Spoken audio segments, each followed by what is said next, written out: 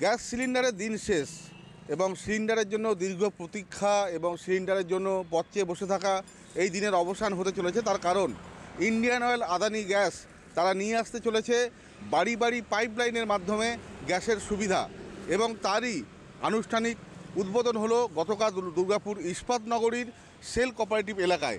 এখানে দুটি বাড়িতে প্রাথমিকভাবে এই গ্যাস পাইপলাইনের মাধ্যমে এই গ্যাসের কানেকশন দেওয়া হলো। কি প্রথম করলাম এবং জাস্ট প্রথমে বেগুন 5-7 মিনিটের জন্য জ্বালিয়েছিলাম। হ্যাঁ, বেগুন ভাজা 5-7 মিনিটের জন্য জ্বালিয়েছিলাম।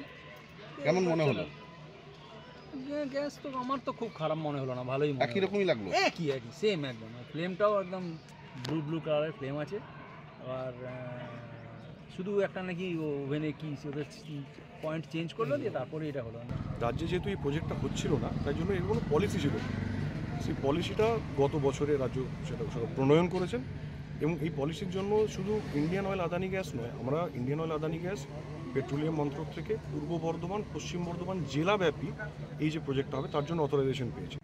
और ये गवर्नमेंट का भी ड्रीम प्रोजेक्ट है। गवर्नमेंट का भी प्रोजेक्ट है कि टाउनशिप्स में एंड बाकी सब हाउसिंग्स में एलपीजी सिलेंडर्स जो यूज़ होते हैं उसको गैस पाइपलाइन से रिप्लेस करना है, ताकि घरों में जैसे पानी की सुविधा होती है, पानी मिलती है, उसी तरह हमको घरों में गैस भी उपलब्ध होगा। মধ্যে সর্বপ্রথম দুর্গাপুর শহরে এই লাইন দেওয়ার কাজ শুরু হলো এবং দুর্গাপুর শহর থেকেই এর সূত্রপাত হলো। এর আগে পার্শ্ববর্তী গোপালপুর গ্রামে প্রায় 1000টি বাড়িতে ট্রায়াল রান করা হয়েছিল। ট্রায়াল রান করে দেখা হয়েছিল যে ঠিকমতো সরবরাহ হচ্ছে কিনা, এবং সেখানে সাকসেস পাবার পরেই দুর্গাপুর শহরে এই লাইন পাতার কাজ শুরু হয়েছে।